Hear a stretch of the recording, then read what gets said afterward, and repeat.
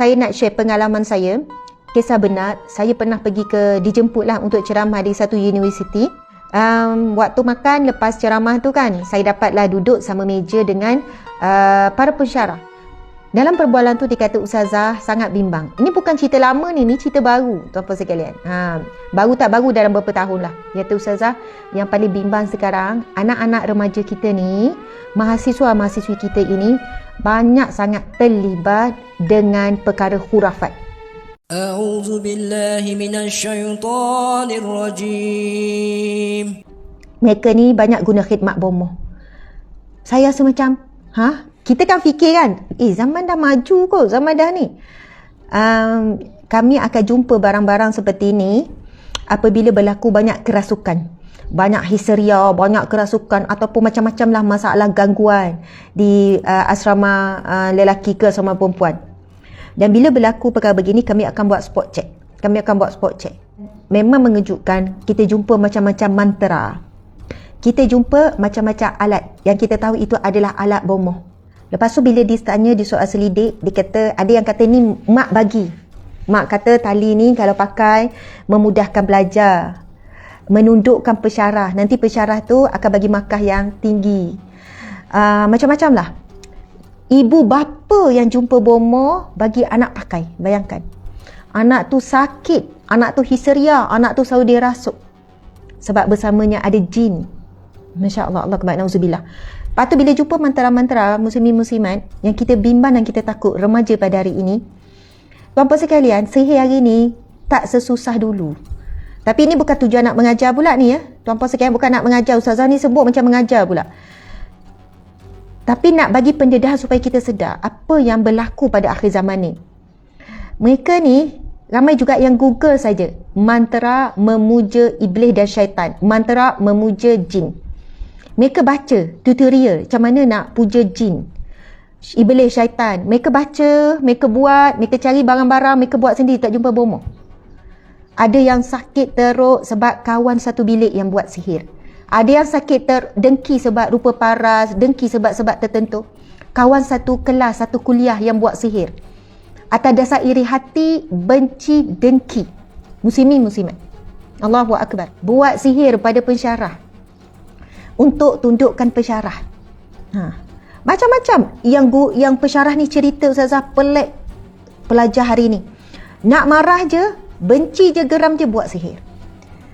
Baca benda tu boleh Google, boleh dalam internet. Kalau diorang nak yang keras, yang berat, mereka akan jumpa betul-betul bomoh yang handal, yang pandai lah. Beraninya remaja hari ini mencuba-cuba buat sendiri. Bayangkan. Na'udzubillahi min zalik. Sebab itu ibu ayah, anak-anak daripada universiti balik sekali-sekala, bawa berbual, bawa bercakap. Benda ini dia akan tersebar sesama mereka. Aku buat berkesan lah. Ada yang mantra-mantra yang ditampal. Bila pensyarah tanya, ni untuk apa? Kamu baca untuk apa? Untuk seri wajah. Untuk seri wajah.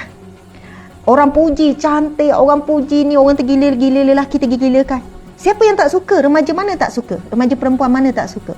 Dia share pula dengan kawan-kawan. Aku baca ni berkesan lah. Mamat tu tak pernah tengok aku sama ni. Sekali tengok tak berkelip. Selama ni orang tak pandang pun aku sendiri.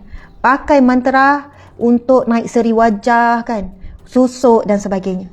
Sahabat-sahabat, ada kawan saya kan kerja di klinik estetik. Dia di peringkat atas lah.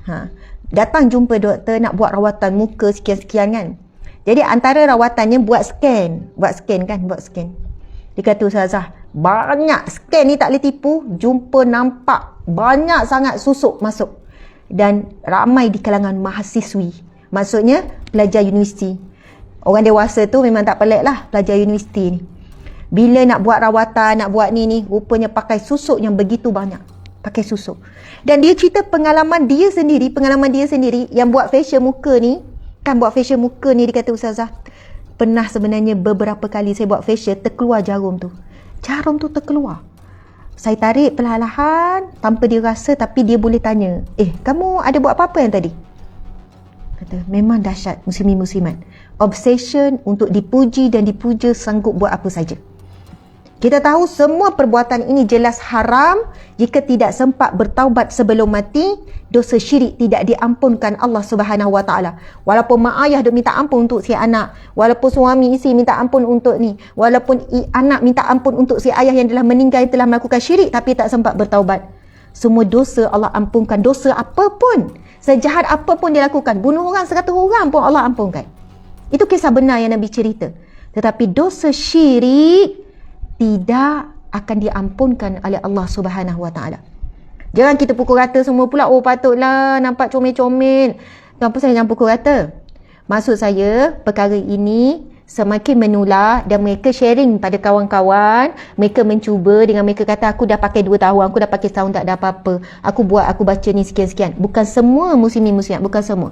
Tetapi semakin menular. Kadang-kadang anak kita pada universiti balik, bawa bercakap. Kamu ada tak kawan ni, jangan buat, haram, berdosa besar. Kalau tak sempat bertaubat, tak sempat nak buang semua tu dan sebagainya, bawa bercakap. Subhanallah. Allahu Akbar. Muslimin muslimat dimati Allah sekalian, cerita tu sebenarnya saya nak bagi gambaran hari ini mudahnya seseorang melakukan sihir. Dan apakah hukum jumpa tukang sihir untuk ubati sihir.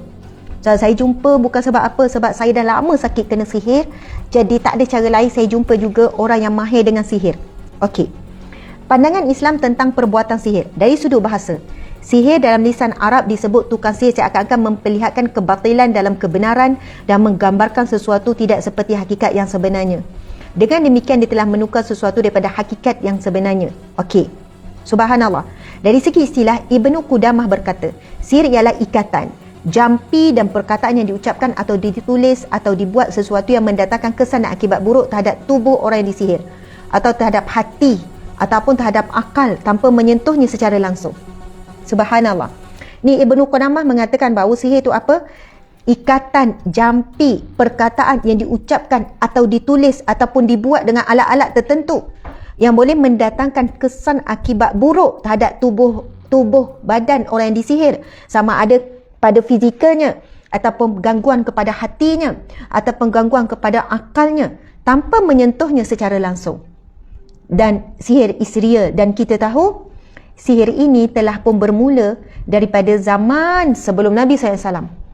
Dalam kisah Fir'aun, dalam kisah Nabi Musa AS, Fir'aun dikenali seorang yang mempunyai tukang sihir yang handal. Dalam kisah pasal sihir ni lah, banyaklah kisah-kisah Al-Quran pasal sihir.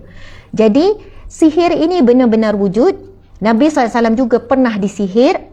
Jadi kita orang Islam, kita orang beriman, wajib percaya tentang kewujudan sihir.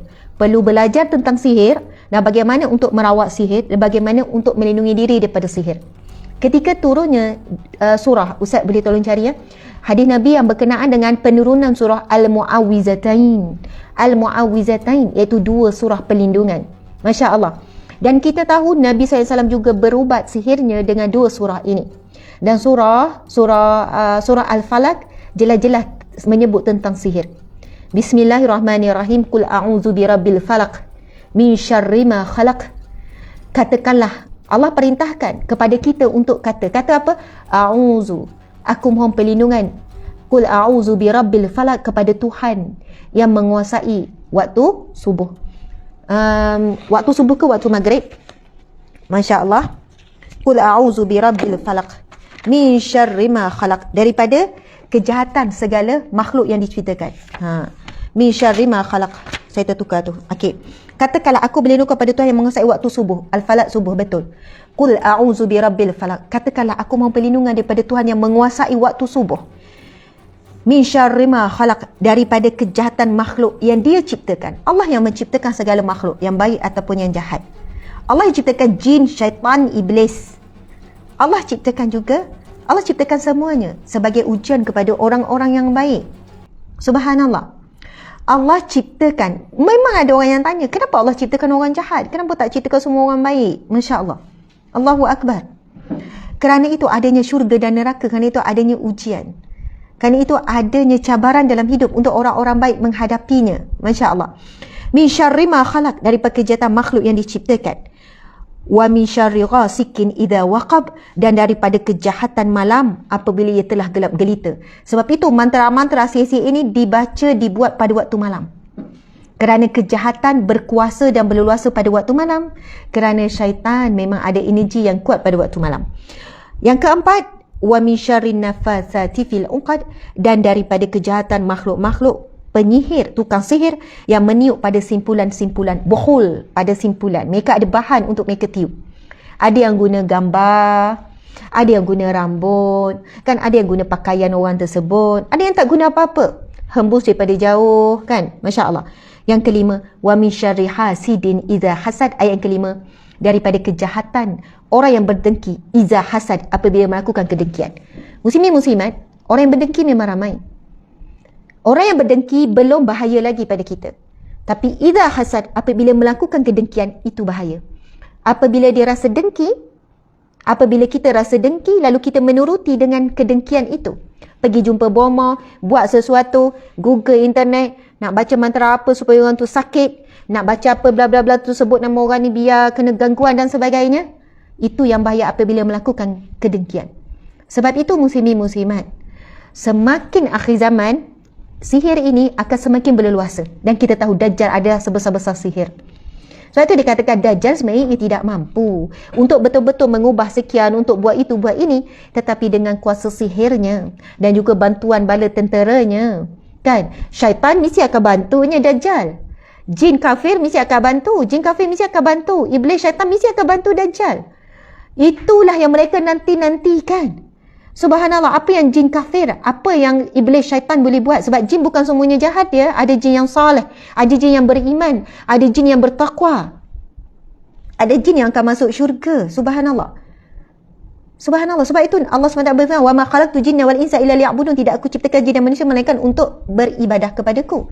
Dalam surah Al-Jin menceritakan tentang keadaan jin. Muslimin muslimat, Allahu Akbar, mesti akan bantu Dajjal. Dajjal adalah sebesar-besar sihir yang akan menipu daya pandangan manusia yang sebenarnya tidak berlaku, dilihat berlaku.